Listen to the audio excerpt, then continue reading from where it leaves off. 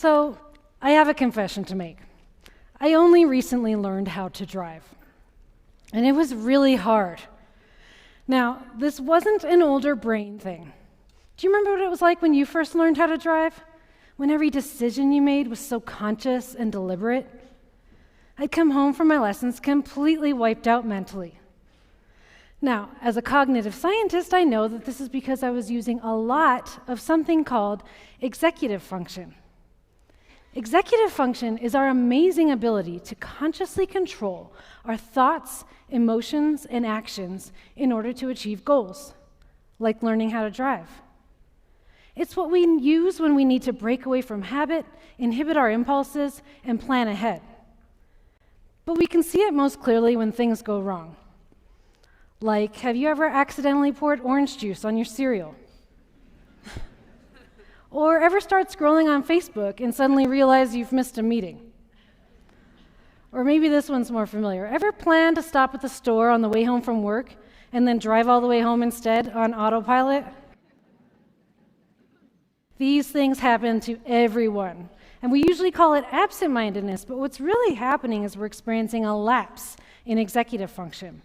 So we use executive function every day in all aspects of our lives. And over the past 30 years, researchers have found that it predicts all kinds of good things in childhood and beyond, like social skills, academic achievement, mental and physical health, making money, saving money, and even staying out of jail.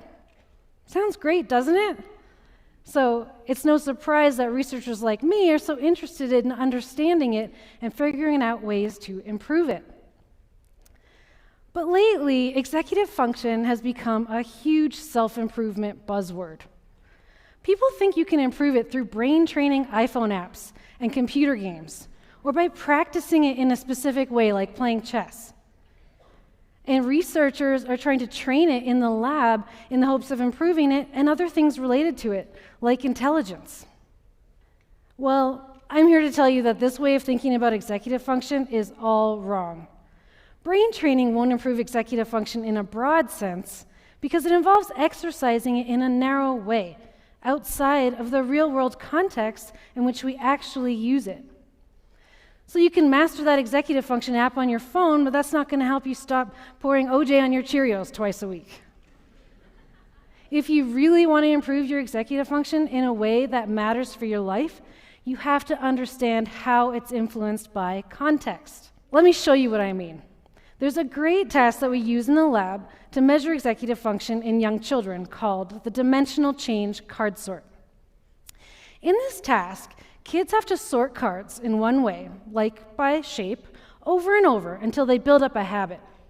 And then they're asked to switch and sort the same cards in another way, like by color. Now, really young kids struggle with this.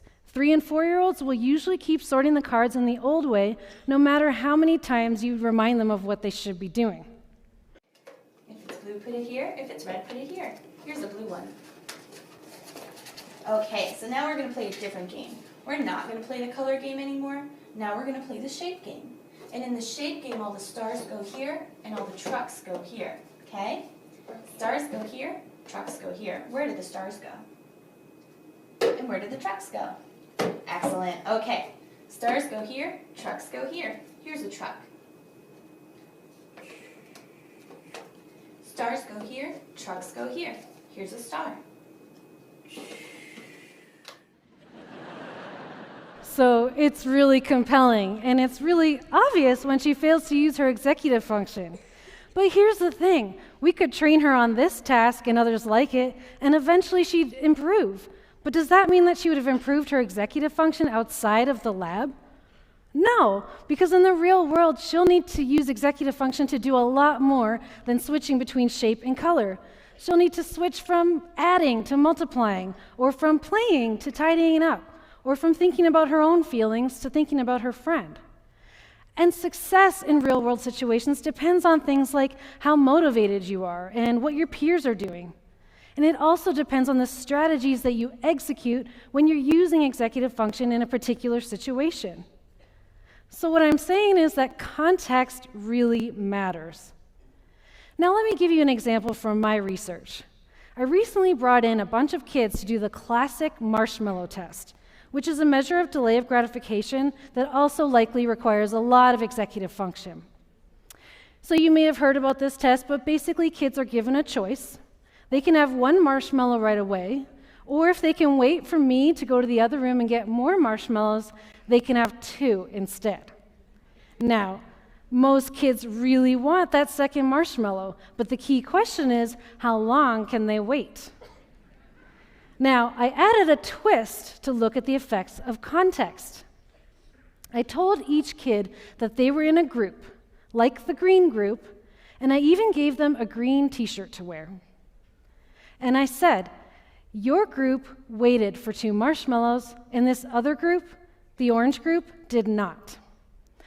Or I said the opposite. Your group didn't wait for 2 marshmallows, and this other group did.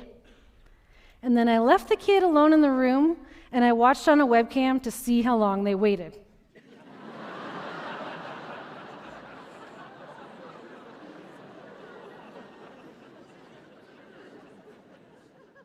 So what I found was that kids who believed that their group waited for 2 marshmallows were themselves more likely to wait.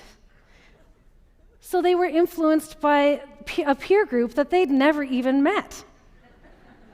Pretty cool, isn't it?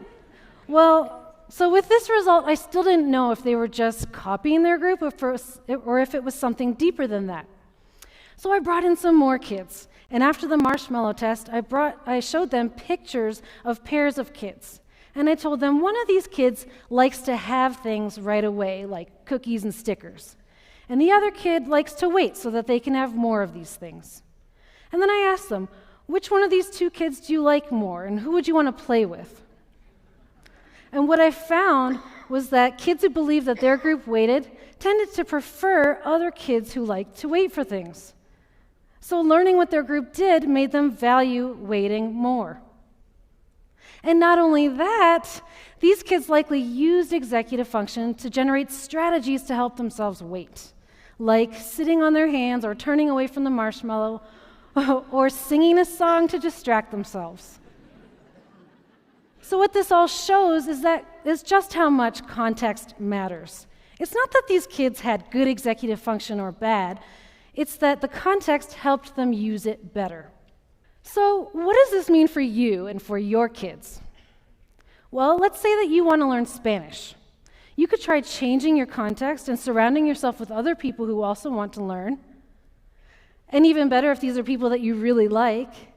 That way you'll be more motivated to use executive function. Or let's say that you want to help your child do better on her math homework. You could teach her strategies to use executive function in that particular context, like putting her phone away before she starts studying, or planning to reward herself after studying for an hour. Now, I don't want to make it sound like context is everything. Executive function is really complex, and it's shaped by numerous factors. But what I want you to remember is if you want to improve your executive function in some aspect of your life, don't look for quick fixes. Think about the context and how you can make your goals matter more to you, and how you can use strategies to help yourself in that particular situation. I think the ancient Greeks said it best when they said, "Know thyself." And a key part of this is knowing how context shapes your behavior and how you can use that knowledge to change for the better. Thank you.